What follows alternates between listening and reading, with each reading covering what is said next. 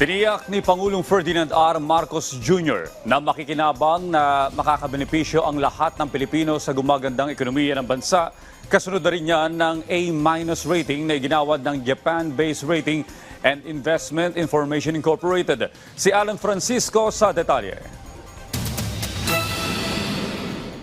Makikinabang ang bawat Pilipino sa pag-unlad ng ekonomiya ng bansa. Dahilan para matapos na rin ang cycle o siklo ng kahirapan sa hinaharap. Ito ang mensahe ni Pangulong Ferdinand R. Marcos Jr.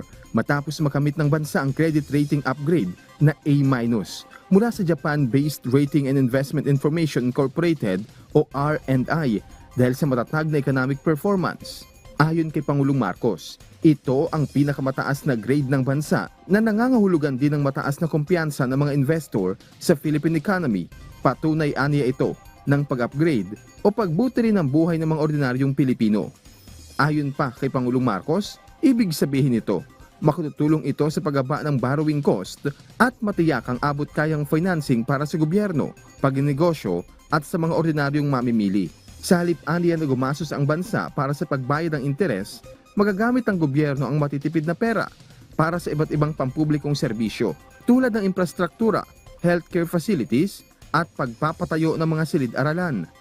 Makatutulong din aniya ito para makapag-invest sa taong bayan na magiging daan para makapag-produce muli ng mga susunod sa yapak ni Olympics two-time gold medalist Carlos Yulo. Sa patuloy na pagbuti ng credit rating ng bansa, tiwala si President Marcos na magkakaroon pa ng mas marami at dekalidad na trabaho para magkaroon ng mataas na kita ang bawat Pilipino. Sabi pa ng punong ehekutibo, bagamat ito ang kauna-unahang credit rating upgrade sa ilalim ng kanyang administrasyon, hindi aniya titigil ang gobyerno rito. Titiyakin niyang ibubuhos ng pamahalaan ng lahat ng makakaya upang masigurado na panalo ang mga Pilipino.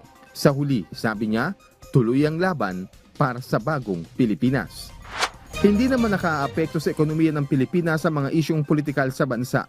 Yan naman ang sinabi ni Finance Secretary Domini Velasquez. Ayon kay Yusek Velasquez, natutukoy ng mga investor kung paano ihiwalay ang usaping pang-ekonomiya sa isyong politikal.